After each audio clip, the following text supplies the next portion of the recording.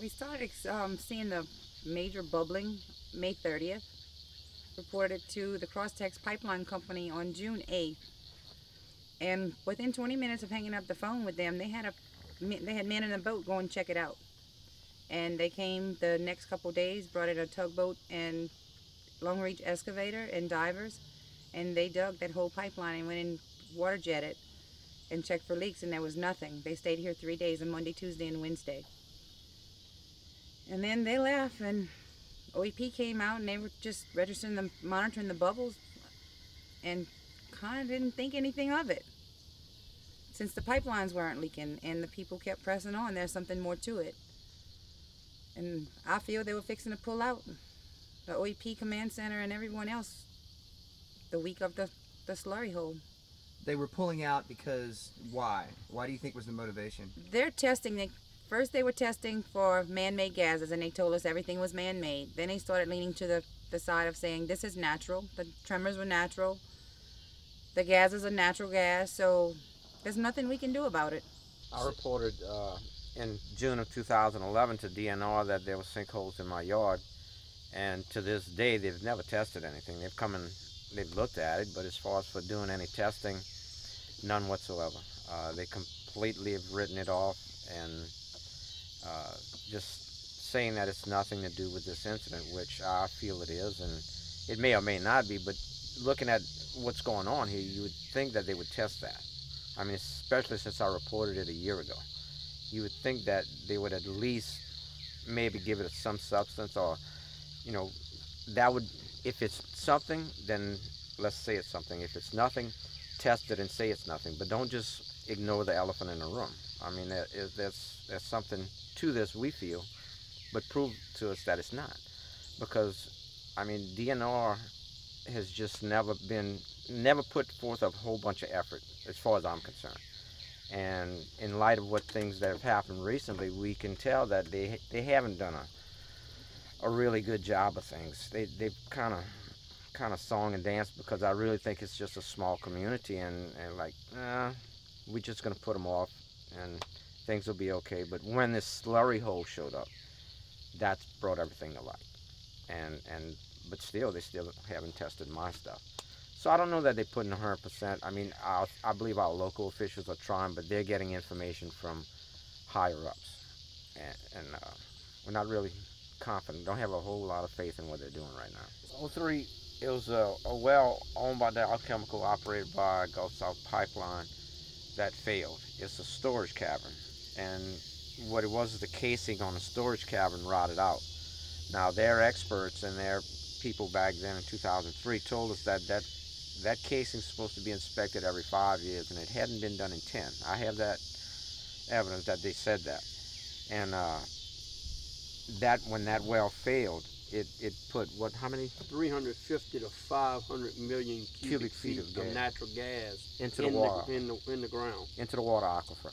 And so the result of that, old water wells were just like geysers. There was gas and water shooting out of the ground in a couple of spots. There was one incident at their brother's house that was about a 30-foot geyser of gas and water. You've seen pretty much your entire lives the development of the oil and gas industry and chemical industry in this area, but what's happened to the community since then?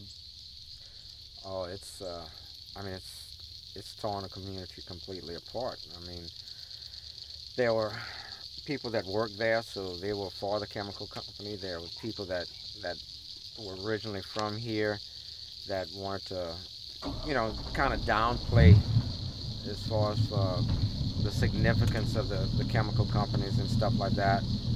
And I mean, when the episode in 2003 happened, it just completely separated everybody.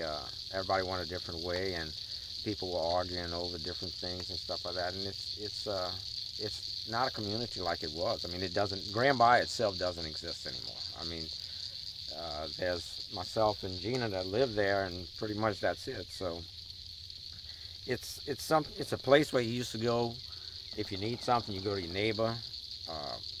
If you want to just go hang out, you go to the next door. But now there's none of that anymore. It's destroyed this community completely. Yeah, why have you spoken out? Because most of my family has had cancer. My mother passed away with cancer in January of '05. My brother was diagnosed with the same type of cancer a couple months after her death. I've We had lost our cancer. grandmother and our brother before that. Right, and grandfather. So many members of my family has had cancer, and I mean, it's very concerning because we don't know what this is doing to our lives. I mean, it could be definitely related. It may not be, but I feel in a sense we've lived it all our life, so something is related. So I was crying out and saying, I see this happening, and I feel it's a sign from God saying, something's near to come. And people didn't listen to me. They really made fun. They ridiculed me. I still have property and my business is in Grand Bayou and my house is in Grand Bayou. But I moved out Thanksgiving of 2011 because my wife and I just weren't going to deal with it. We never felt safe since 2003. And so I had the means where I could buy another house. Believe me, it put me in a bond. But I got out. I'm not going to live there anymore. And I mean, how can you possibly go back and live at a place like this that, first of all, the expert tells you there's never going to be a sinkhole. 3 weeks you have a sinkhole. And then they're going to tell you that, well, we can't tell you that it's going to be safe or it's not going to be safe.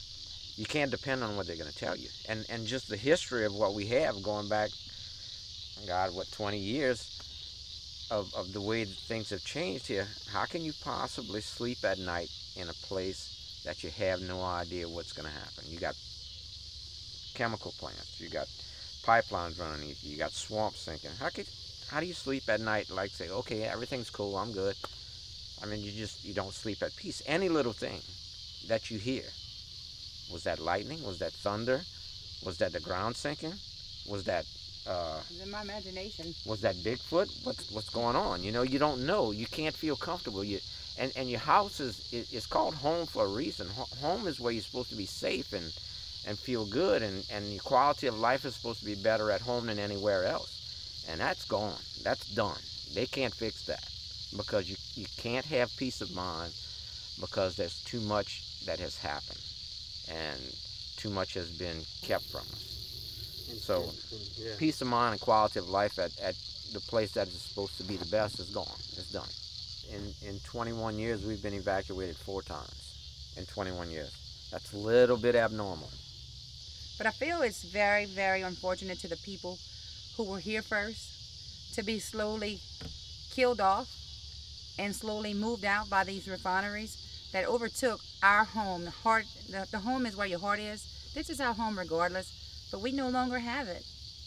Dow Chemical actually came in 2004 and had her mama to sign papers 3 days before she passed. Yeah.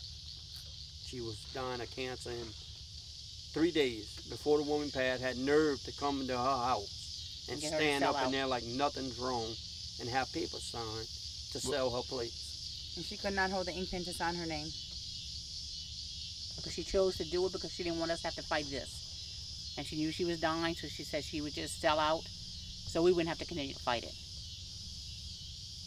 And she told us before she passed away, when she was still able to speak, she said, Grand Bayou will no longer be Grand Bayou. It would be a ghost town. It would be nothing but industry. She said, I may not live to see it, but you will. She said, in years to come, you may not live to see it.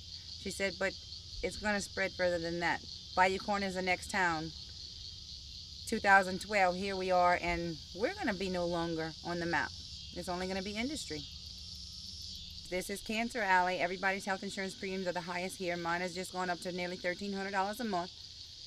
Every year it jumps. I mean, it's nearly as much as my house note now. I'm going to fight to have these industries pay for my health insurance for the rest of my life. Because I don't know what, they have caused me cancers already. Don't know what's yet to come. And I can't afford my health insurance anymore, and I sure can't get state help. So you just like to see the industry step up, but what you're saying overall, the best solution would be for the industry, all the industries, I guess, to step up and either relocate people that want to be relocated and take responsibility for the health issues as well. Is that the best possible solution? Well, that's part of it, but it goes beyond just the immediate community and just us, because you gotta remember there's a major highway that passes right through there. Yeah. And there's school kids that pass through there every day. So it's more than just this community. I mean, you need to take care of the community and do what needs to be done for their peace of mind, but you also need to make sure that you have a safe place, because you have so much traffic through that area, and you have school kids that pass through every day. So you can't just, okay, we're going to take care of these guys that live in the community and we're not going to worry about the rest. You can't do it that way. It has to be solved. This problem needs to be solved, and if you can't fix it, make a road around it. Do what you got to do.